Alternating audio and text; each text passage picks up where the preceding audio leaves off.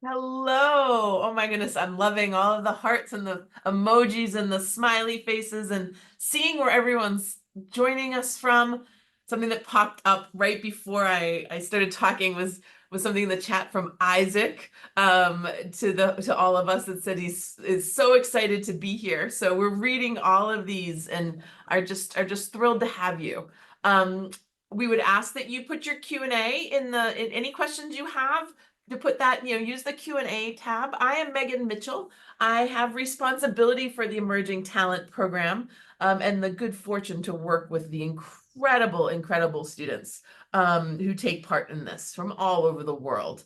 And, just a few items, like we are recording this and this will be available. So please don't worry, sit back, listen. If you have a question, put it in the chat, in the Q&A chat.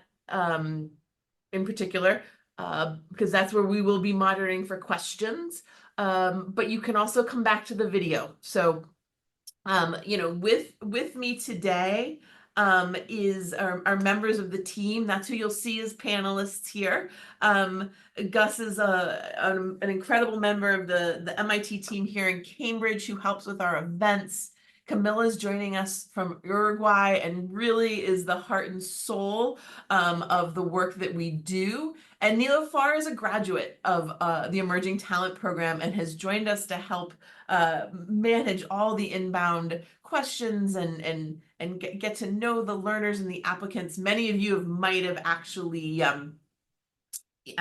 communicated with her already because she's been fielding lots of questions. And so we will have all sorts of information for you, links on how to apply. Everyone will have access to the recording. So, and we've booked an hour for this, and we will take as much time as we need of that hour. Okay.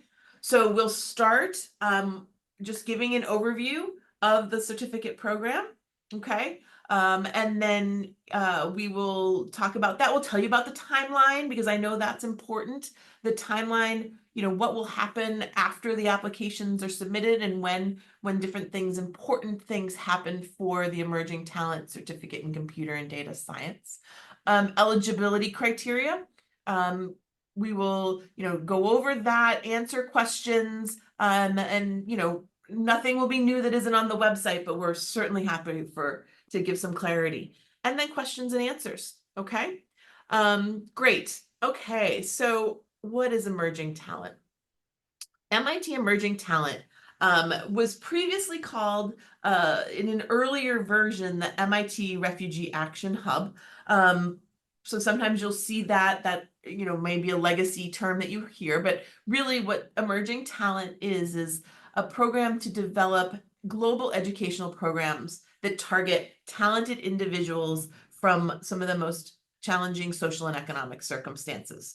That might mean someone is a conflict displaced. They could be climate displaced. At this point, the climate is wreaking a little bit of havoc on all of us. You may come from an under-resourced environment where you don't have the same access to educational services or financial services that might allow you to attend a place like MIT in person. But we know that you have the talent to do the types of classes and work that the students here and who are in residence do. So we really work to put together programs to equip our participants with the knowledge and tools to advance your education and your careers. And so you're here to hear about our certificate in computer and data science. We are doing the work that we can to also bring new opportunities to folks who finish the certificate or think about how we can support other learners. And we've offered this certificate to 300 learners over our 6-year history. And a lot of those have been in the last few years because initially this program was done in person for a much smaller number of people. So we would actually work specifically in the early days with Syrian refugees in Jordan. But the reality was that we knew we could reach more people through online programs. And then, quite frankly, we also had the reality of COVID, where everyone learned to adopt and adapt a lot of their programs. So So what you'll hear about today are the two parts of our certificate tracks, our Emerging Talent Foundations track and then our certificate in Computer and Data Science for those who successfully complete and move on to complete the foundations track and move on. Okay, so our application process right now is for people to join our foundations track. It is the foundations track is a requirement of the full certificate in Computer and Data Science. So all accepted learners for the foundations track will start their journey here, and we have a suite of kind of essential skills in digital literacy, human skills. Some people call these soft skills. I don't like that term. I like to call them power skills, because these are really the skills that help you stand out in any sort of environment, communications and leadership, and being able to work with different people and across different cultures, right? These are all really important things. Mathematics, this is preparing you and kind of brushing up or getting some people up to speed and who need it but are capable in the types of mathematic foundations that you would need to take some of our classes online. And then some of the fundamentals of collaborative work in the computer science space. Then there's the certificate in Computer and Data Science. So as I said, we'll talk a little more about the timeline. But if you are successful and decide that you are interested in the full certificate in Computer and Data Science, there is another assessment period at the end of foundations track. So it won't be an open call for applications, but instead, those people who are in the foundations track will have a chance to test and move on to our certificate in Computer and Data Science, which is what Nilofar completed so successfully last year. And so these learners will advance to the certificate, and this involves more in-depth study into computer and data science. So you'll actually take online MIT classes, the same classes that students take when they come to the Massachusetts Institute of Technology and want to study computer and data science. You'll take the first two classes that are required for them. And in many cases, we'll do better than they do when they're here. And then you'll have a chance to then select an elective that allows you to do what you're interested in doing, right? Study something that might be of a particular area of interest. We had some people who went much more deep into the computer science and data science field. We had others who were interested in data, in development economics and policy. Still others who thought, I want to study this entrepreneurship thing. And so that's up to you. And that just gives you a chance to explore a little more your interests. But beyond the classes that you take online, we also will work within the cohort to do very specific hands-on projects, the types of collaborative data science projects and software development projects that will be valuable for you if you're interviewing or want to show a portfolio of projects or work to a potential employer. And then also we will do, there's a global mentorship network you can take part in, as well as some other support that we are able to provide. So I talked a little bit briefly about the foundations track. Here's what we're talking about, right? Online learning, digital literacy, personal agency, right? Understanding what you should be advocating for, what you are doing, how you're working in this online space. Computer science essentials. And these are all just meant to help get you ready for additional classes. And then math prep. Some of you may have just finished some courses in discrete mathematics. Others might be, a few years out from that and want to brush up on it. Others, this might be new, but this gives you a chance to kind of really build your math skills if you're, a strong in math, and get you prepared for the certificate in computer and data science, and even leave you with some valuable skills if you choose not to go into the certificate. That's completely okay. Or if you don't quite we aren't able to accept you after the second assessment, you'll still have a package of skills. All right, Camilla, the next slide, please. And then this computer and data science certificate. So this will run from the foundations track is for about 2 months. Then in January, we will kick off our computer and data science certificate program.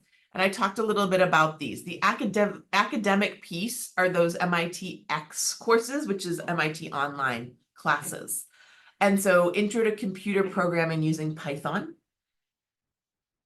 Intro to computational thinking and data science is the second class. And then your choice of an elective. And then we actually have dedicated staff through the online class. There are TAs and there's online support, but we have a dedicated community TA who will hold recitation sessions, who will also help, will establish like peer study groups and things like that. These online classes are all part of the MIT online offerings. So they are run both synchronously and asynchronously. There are recordings of them. And we expect that you need to spend a lot of time on this usually. And I'm catching some of these questions, so we will get to all of them, I promise, trying to answer them too. Skills development. So those are the academic classes. But then we really work on some asynchronous models and do online webinars that are all recorded on human skills and job readiness. And these are virtual workshops and seminars. We did a series last year on freelancing, right? This might be a way that you are thinking about using your computer science or data science skills, and then freelancing. Others in more, using AI to search for jobs is something else we've done work in. We also do a lot of fun things with the community. Last year, we put together a community recipe book, a cookbook of different types of foods that people are using. So you also get a chance to build relationships with your team. Experiential learning is also an important part of the learning experience at MIT, and something I believe deeply in as a way to take what you learn and actually apply it. Because what's the point of learning something if you can't use it? And so we do a lot of project-based learning. So some of that will be organized, and we will put you in groups with people from all over the world. Last year's group of learners, we had 25 different countries represented in our online program. And so we had groups of people from Afghanistan working with people from Ukraine and maybe from the DRC. I mean, it was really an interesting opportunity for them to learn from each other and understand how their own personal circumstances might help inform the work that they were doing. This also takes the form of internship opportunities that we will be sharing with you. We can't guarantee an internship, but we do our best to source opportunities, connect you to people who are very interested in working with you. And that's an ongoing, kind of resource that we try our best to offer. And then lots of workshops and things like that. From a networks perspective, this is another important piece. And so there's one-on-one mentorship that you can avail yourself of, and many virtual networking opportunities within the community and within your cohorts, but also with folks who have graduated from the program as well. So that, your networks are, as important as the classroom learning is, your experience, how you apply that is important, and how you meet people who can help you move forward with all the great things you've learned and build on what you've learned are also very important. Next slide, Camilla.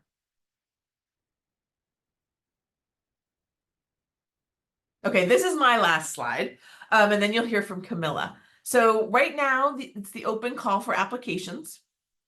So our deadline is October 21st, 2024. Okay.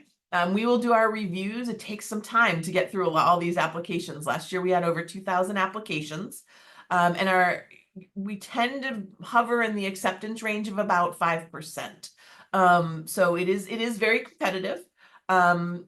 But this is exciting to know that we can work with so many people, and it means we get some great people for you to work with if you're accepted too. So the mid-November, we'll begin the foundations track, that 2-month period. And then there'll be in early January, that'll end, and we will do an assessment based on people's engagement and their activity, move our group forward into the certificate program. We will take more than 100 people into the certificate program. I don't have a specific number for you. I changed my number last year based on the quality of the high quality of the applications we were receiving.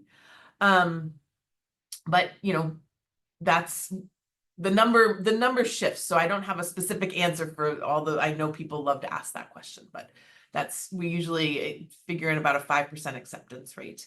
And then we move on to the certificate program. 6001 is an MIT class, Essentials of Computer Science Using Python.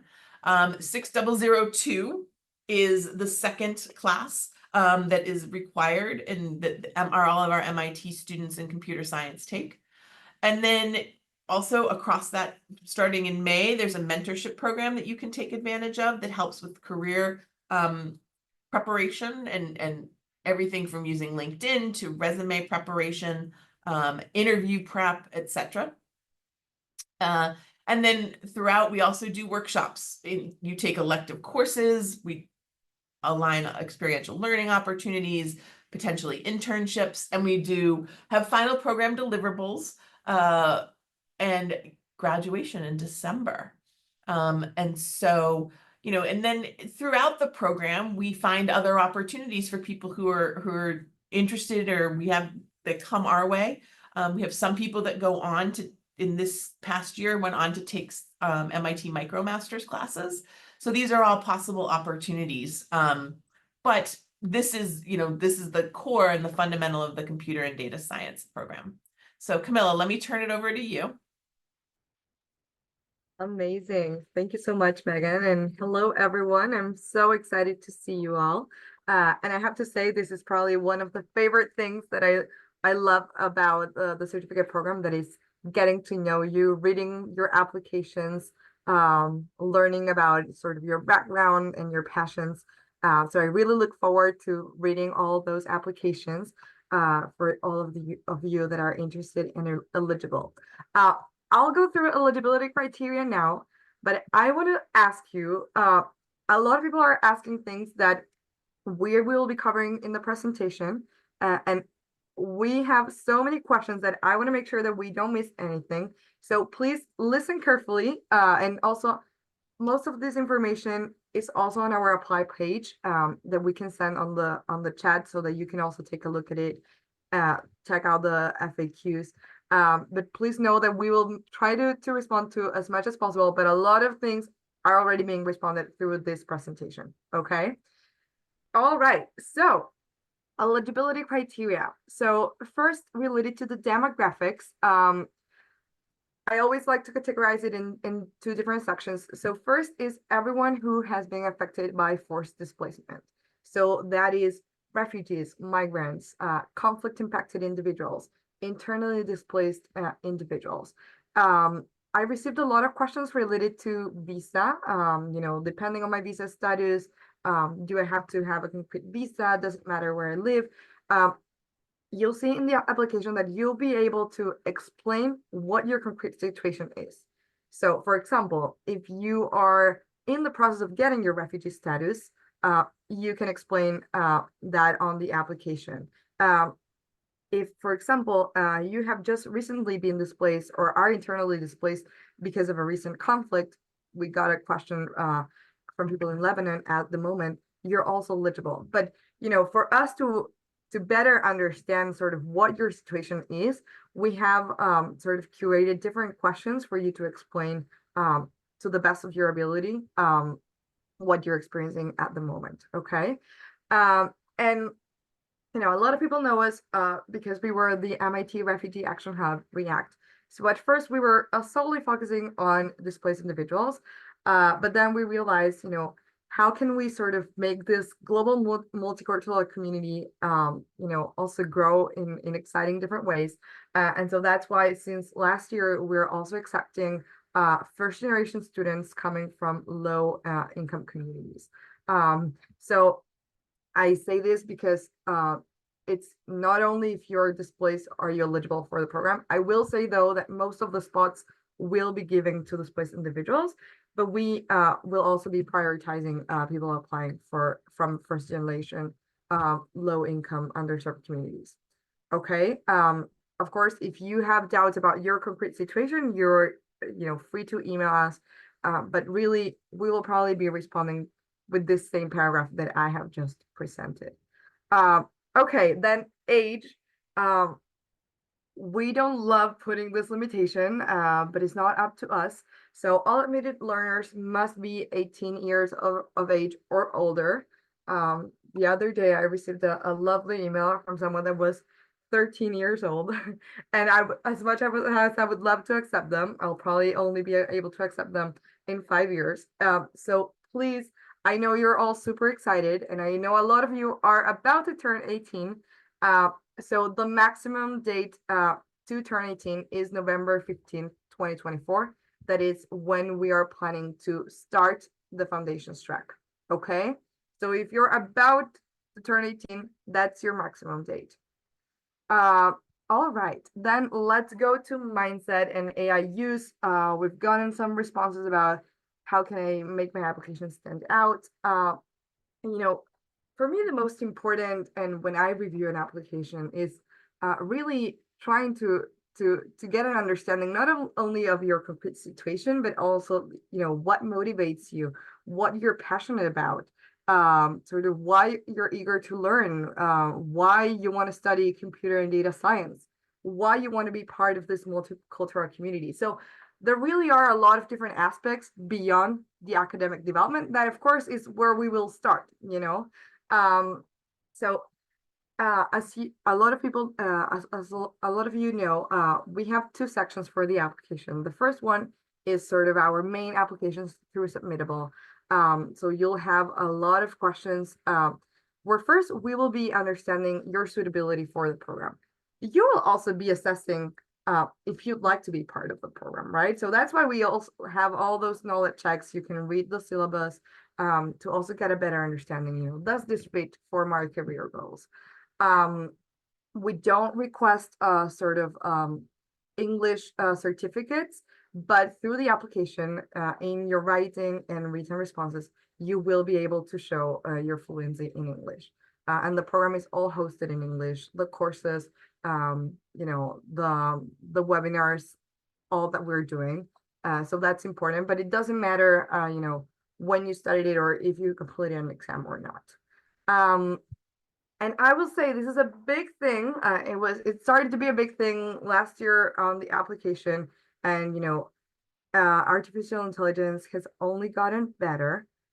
So as much as we understand that a lot of you leverage the use of AI in your jobs, in your studies, I will say that a lot of people use AI without clearly sort of adjusting that to their personal perspective. And this was a cause for disqualification from the application process to a lot of learners last year. And I'll tell you, we realize if you use it or not. So please, when you start the application, we just, want you to be yourself, talk from your experience, be honest. That's what we appreciate the most, that having a beautiful AI written response. All right. Okay, so following to the next slide. Connectivity. Okay, so with connectivity and time commitment. So since the program is all held online, we have had in the past learners coming from 30 different countries. I'm excited to also continue raising that number of countries for this cohort. Everything is online. So yeah, a computer device and internet connection is needed when you're taking the certificate program. But whether you have a computer or internet will not determine your acceptance into the program. So you'll see in the application, you will be able to respond sort of what your concrete situation is. And, we have partners on site that hopefully can help us, deliver and get those resources to all of you that are in need. So for time commitment, I know a lot of you are already working full time or are doing volunteering and committing to other things as well. For the certificate program, we expect you to commit approximately 20 hours per week. This is because for the very beginning, you have the MIT X courses that take approximately 15 hours of workload. And then we have community building events, office hours, and a lot of other things that we emerging talent develop and that are also important for your development in the certificate. And you don't need to have a sort of connectivity all the time, because a lot of the things of the course can be done asynchronously. But we say approximately 10 hours of synchronous connectivity is needed for the certificate program.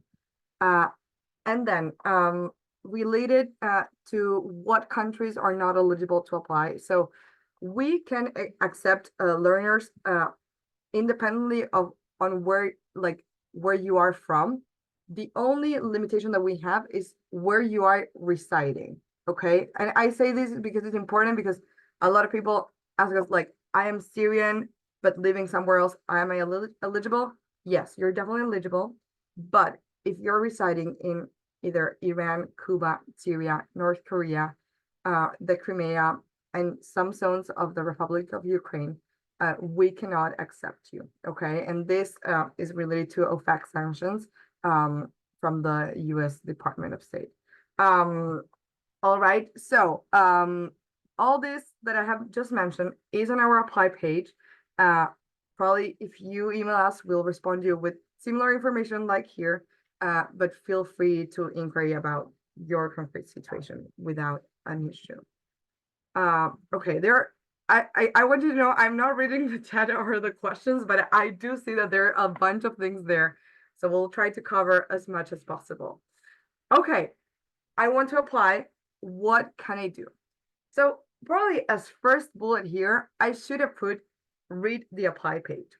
Everything is there. Second is, once you're ready and you know that you're eligible and are excited to be part of this global community, we ask you to complete the main application on Submittable. So that's the application that it's linked when you click apply on the apply page. That's what you'll find. So it's very interesting. I think it's pretty fun, the form completion, because you actually will start reviewing some short videos, to assess, that you're actually reading and reviewing the different online resources that we're providing. And from those videos, you will be answering some questions.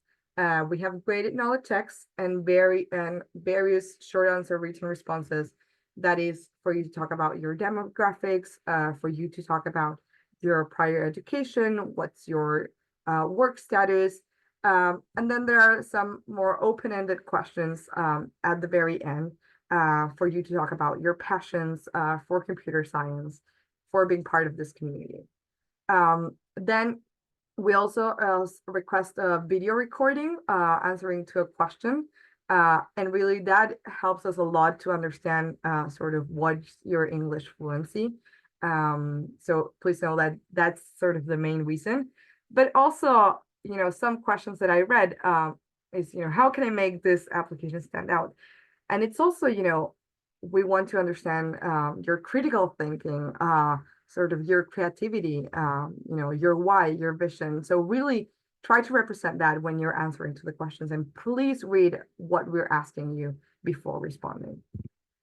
So once you finish that long form, you might say, okay, I'm all set. Well, I'm sorry to tell you, you're not all set. There's a second part for you to complete your application to Emerging Talent, that it's completing a math exam.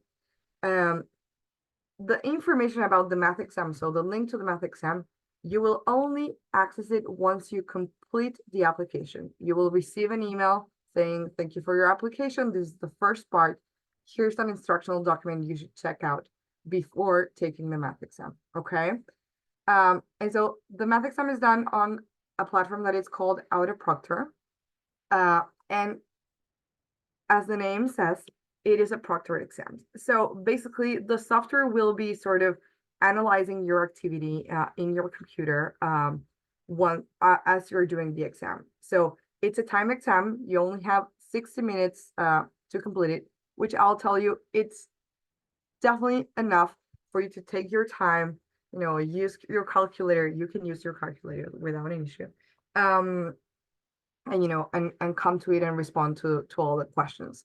All the instructions are on that document once you complete the submittable application, but I will tell you, it reports us, activity about, you switching to other tabs, you getting offline, and you doing a bunch of different things. So this is very much related to the artificial intelligence use that I was mentioning a couple of slides prior. And then talking about deadlines, the application deadline for the first part is October 21st. And for everyone who is applying late, you'll have until October 23rd for the math exam, okay?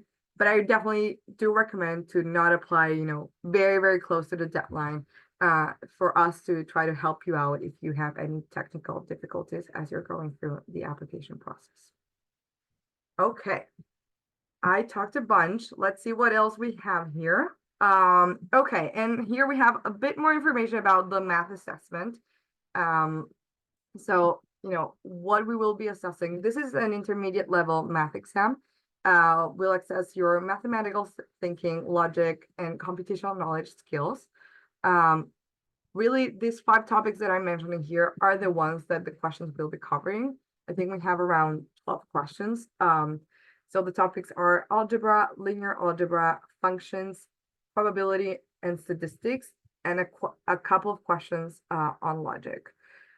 So I'll ask Niloufar if she can send over the chat. Maybe she already did, so that's great. We are recommending, in case you want to prepare for the exam, we are sending a couple of courses from MIT OpenCourseWare on linear algebra and introduction to probability and statistics. It's really up to you. It's not mandatory to go through these courses. You can prepare using whatever content you'd like to choose. But this is what we're sending from here. And unfortunately, we are not able to provide you much more information about the math exam than the one that you're reading in this slide. Okay. All right. So again, just wanted to put the timeline for anyone having questions. The most important thing is know about the deadline. So we will be closing applications for submittable October 21st, for the math exam October 23rd. Then we will spend a few weeks reviewing. We have a very exciting admissions committee of more than 40 individuals that will be reading through your application and assessing. So, it's not only us that are part of the process, but really we have people from all over the world who will be learning about you. So this takes time. I really appreciate hearing from you, but really, I ask you to have patience as we are reviewing applications. We are expecting to communicate acceptances only by mid-November, all right? So if you have questions, start asking them about acceptance, start asking them mid-November onwards. And then what Megan already said, for the very beginning, we'll have the 2 months of the foundations track, and then end of January onwards, the beginning of the certificate program. Okay, so I think I'm finished. So now we welcome you to apply to the Emerging Talent Certificate in Computer and Data Science. We are so excited to accept a new cohort of learners and are very eager to meet you soon. And so I'll stop sharing my screen now and we'll start going through questions. I was starting to work through some of the questions because there are lots of them, and I think many got answered, but just a few that stood out to me. When you go and take the math exam, the Proctor software that Camilla talked about will restrict you from accessing different resources, online, but paper and pen or calculator, you can, those types of tools you can use. The proctoring software allows us, you can't copy and paste, so you can't go and search somewhere else for an answer or put it in Chat GPT, you know, then that's a flag that, you know, we know if you're trying to copy and paste something in, okay? And a few of you asked about work status. We understand many of you are working. We understand that you have very unique, each of you has unique circumstances, and we take those into consideration. What you should realize and understand is that we expect the foundations track to take probably about 10 hours a week. Much of this, just about all of this, can be asynchronous. We do sessions that we like to have people join because, you know, because of the community, because you learn from each other, you get to know each other, but we recognize that time zones, work schedules, life schedules, connectivity, it doesn't always allow for you to join at the time something is being held live, online. Everything's online. But you know, we do record everything, and we do, you know, so it is all available for you. So the foundations track, you should expect about 10 hours.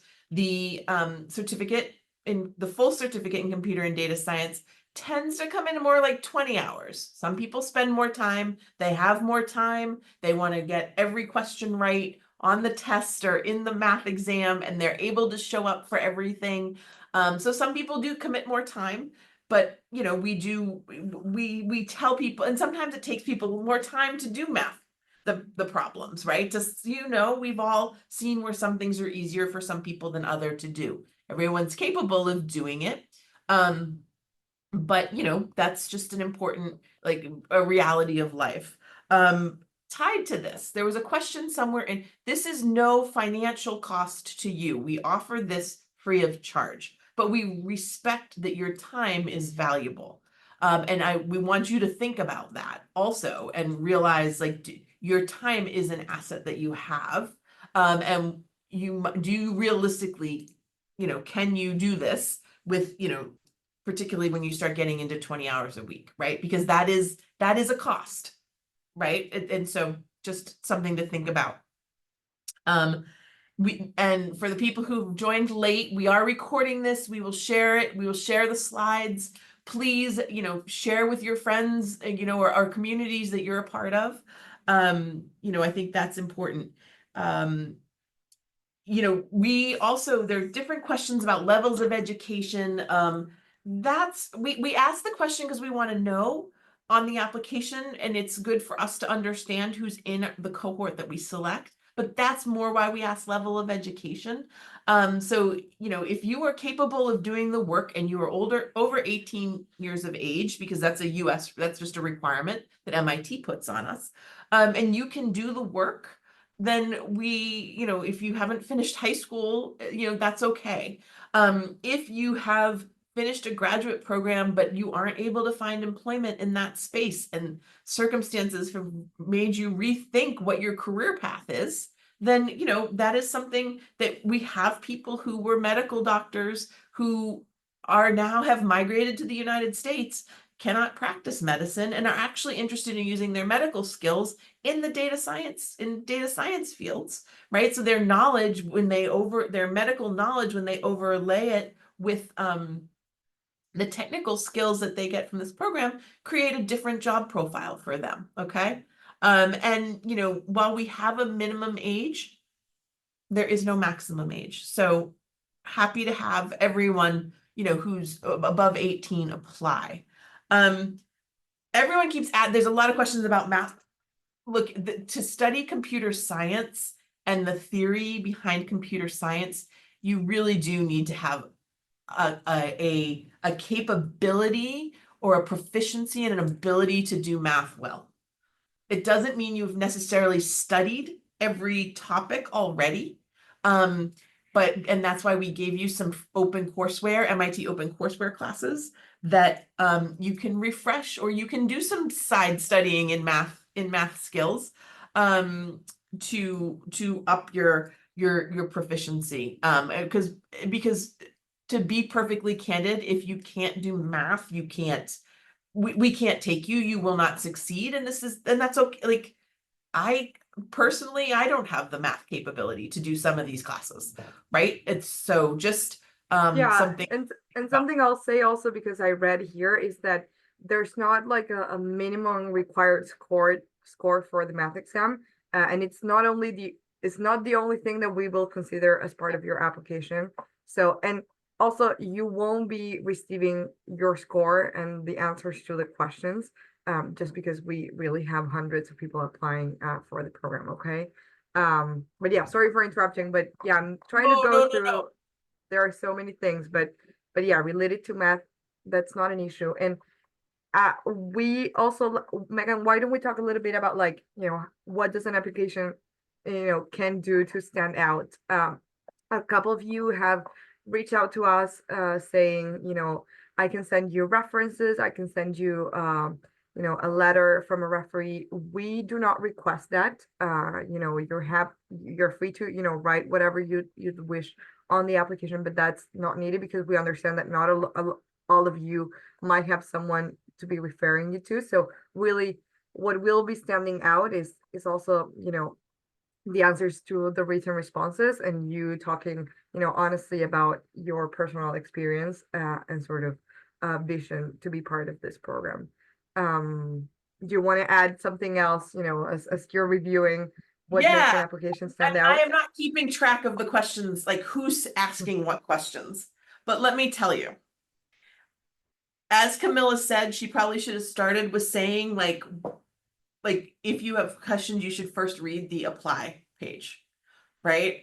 That demonstrates a willingness to go seek answers versus, because we've given you the information, right? Like this idea of being interested in finding out information, of being like having what we often call a growth mindset, right? If the information's available to you, you go and find it.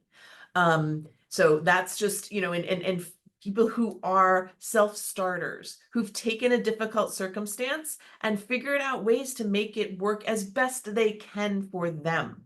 Um, you know, it's so that's just, and people who are interested and engaged with the world and excited by the possibility of studying with other people and what they can learn from them, and realizing that this is an opportunity to also enrich other people. So, I think those are important pieces. I know people there's anxiety on the math exam, and there's anxiety over how many people will be accepted. We look at what the math exam scores are and then decide where we feel most comfortable setting our threshold, that if you did not get this score, you won't get in. And there's a lot of things that go into that. So I would say do your very best on that exam. And if we have, we're going to have more people who score really high on the exam that we might not be able to take you, but it might be based on really what your answers are to your application and to the application questions, Yeah. and to your video. So, and if you can't, if you have challenges with like actually submitting a video, we do take voice submissions, but we want to hear from you. Exactly. So That's exactly what I wanted to cover. Someone is mentioning that, due to religious reasons or some because of security reasons of where you live, if that's, sort of, will it be affecting your selection? Absolutely no.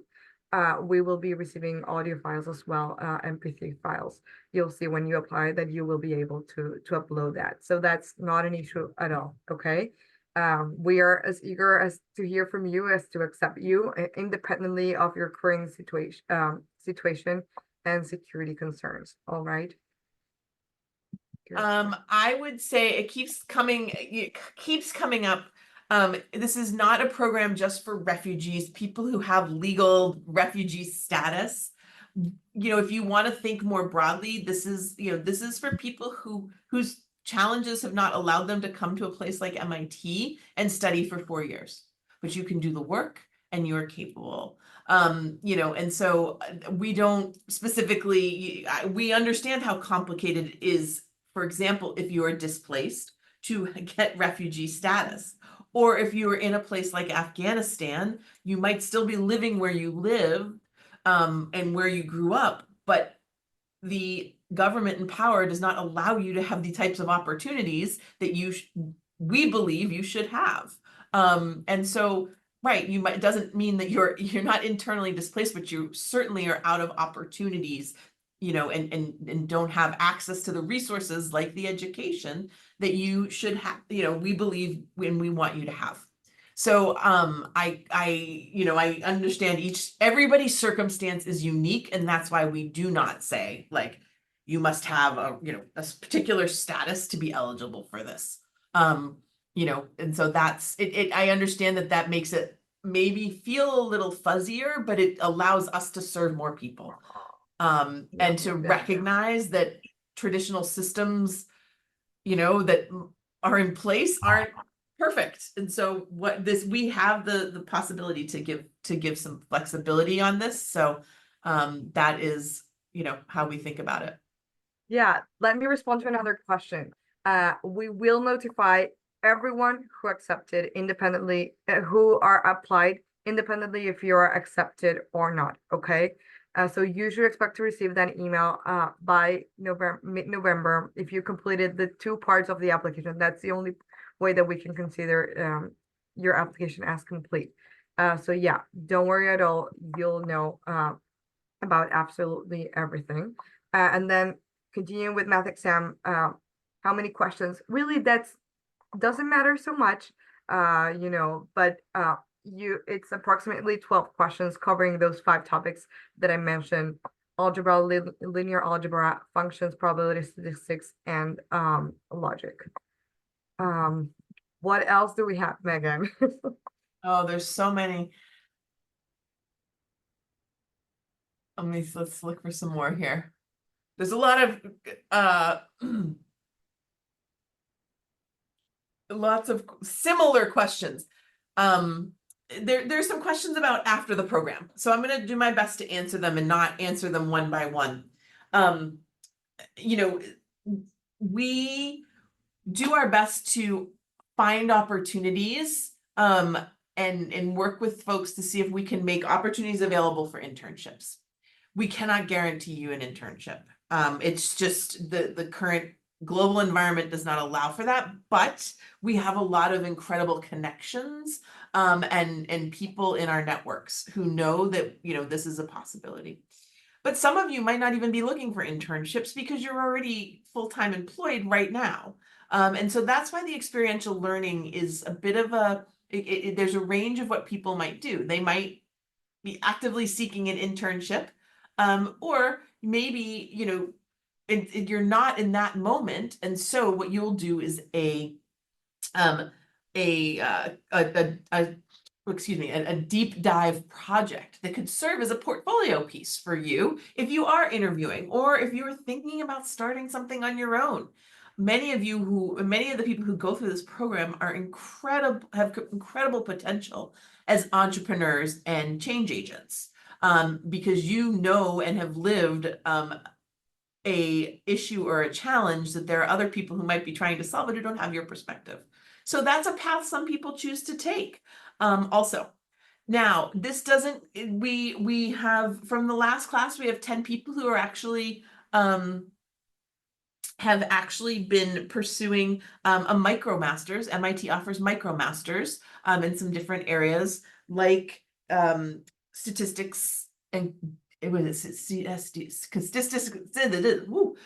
and data science. That's a mouthful. I get a little tripped up on it. And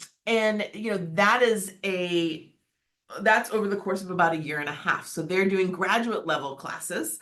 And then there are universities around the world that will take that as credit towards a graduate degree at their school, right? And MIT being one of them. And then it's a whole other process to come to MIT.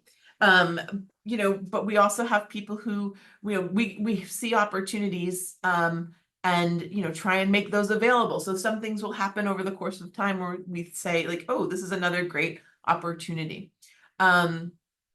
So yeah, so everyone has a different path. So we don't want to say you will end up with this because that not be what you even want. And so it makes it a lot of work on our end, but it's what we want to do is support you in the path that you are most interested in, but also is just the reality of all sorts of different circumstances. We have a Yeah. couple people from last year's class who've gone to other schools in the US, you know, who are studying at graduate levels that aren't MIT. So it really does just depend. Yeah. Go ahead, Camilla. Yeah, no. I was going to talk a little bit about certificates. So yeah, so the first part, as you heard, for the first couple of months will be the foundations track. So if you complete the foundations track successfully, so it doesn't mean that if you're accepted to the foundations track, you'll get the certificate, but if you complete it successfully, you'll get a certificate of completion. And then for the certificate in computer and data science, you'll get a certificate once you complete the whole certificate, but you'll also get certificates once you pass successfully the 3 MITx courses that we will be providing. The first one, Introduction to Programming Using Python. The second one, Introduction to Computational Thinking and Data Science. And the third one, the elective choice that you will only be able to choose if you're accepted to the program. So that's information that we are not able to provide at the moment. Let's see what else. About the length of the video, it will be 1 minute long. So please don't submit for more than a minute. A lot of people also submit longer version videos, but we, you know, also want to be able to respond to the whole question in that minute. We're also assessing that. And I don't think there's a maximum file size, but you know, if you're having any technical difficulties as you're submitting your application or your math exam, Niloufar and I are responding to emails all day long. So we are here to help you sort it out. But first, please navigate through the apply page. Please go through the application. But if you're having issues, that's not a problem at all.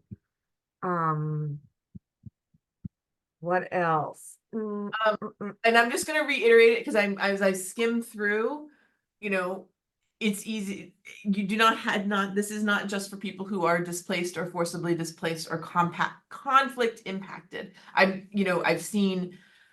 I'm from Pakistan. I'm from Ghana. I'm from Zambia. I'm from Sierra Leone. I'm from Nigeria.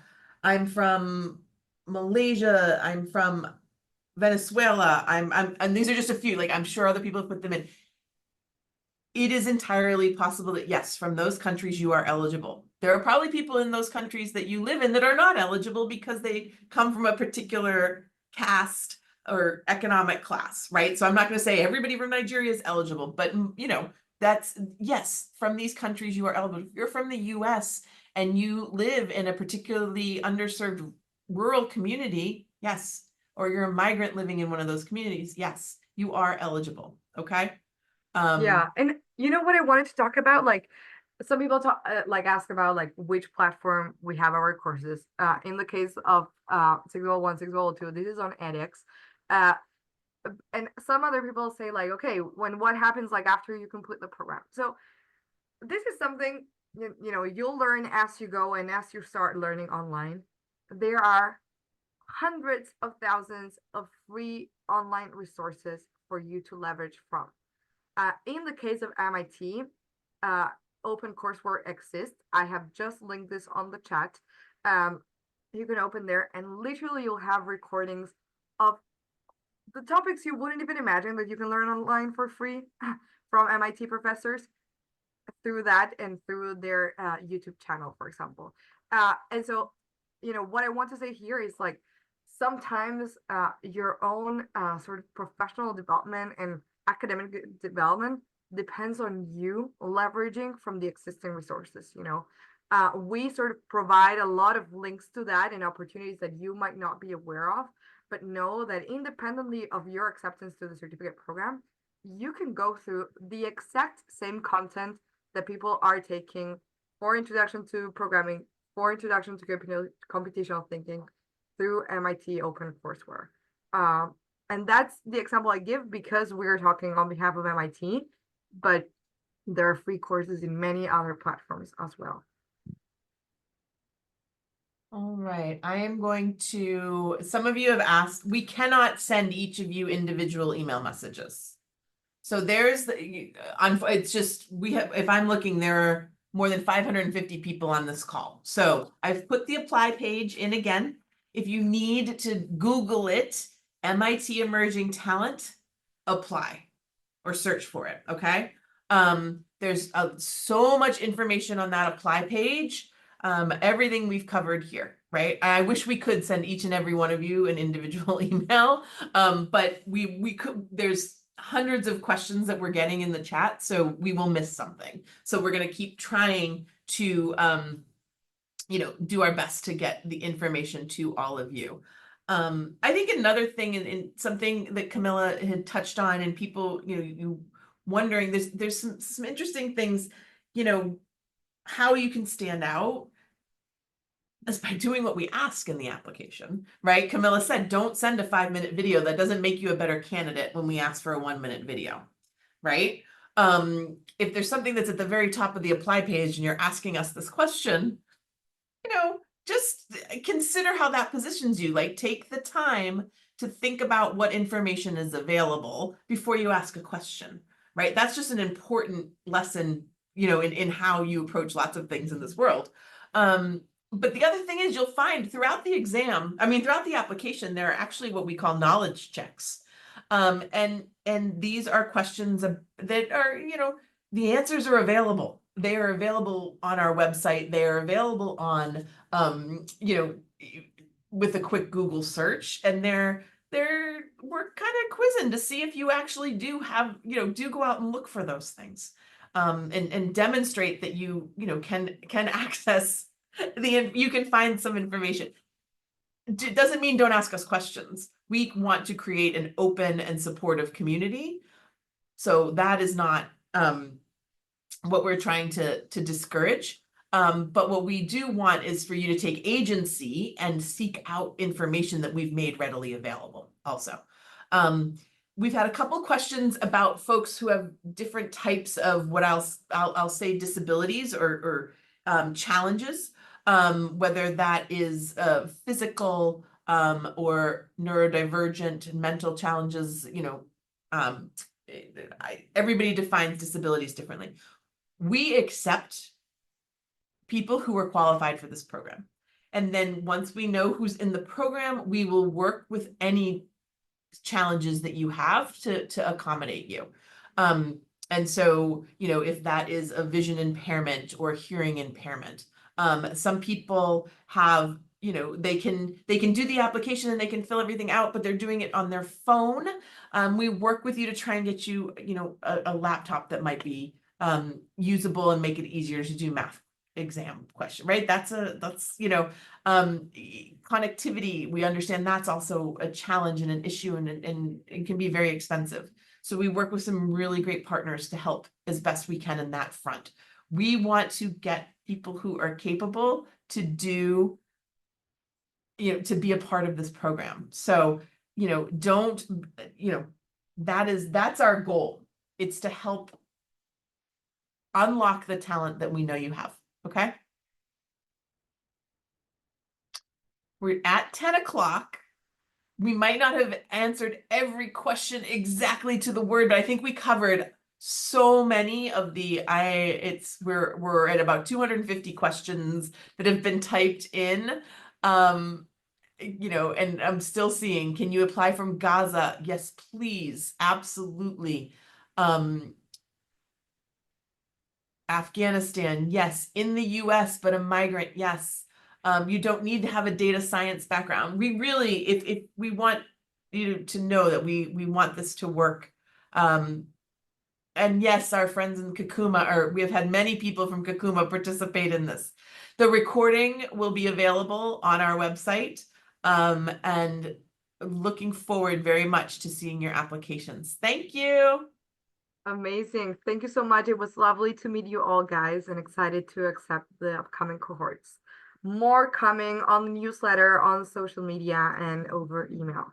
Thank you so much, and good luck in your application. Take your time, enjoy it, learn, study, and we hopefully will see you soon. Bye-bye. Oh, I love all the hearts. I know, this is amazing. It's so great. We don't get these when we do it like other ways. This is so cool. Have a You guys great rest of the day, you all, day and thank you. early here, so it's a Bye-bye. great way to start my day. Bye, everybody.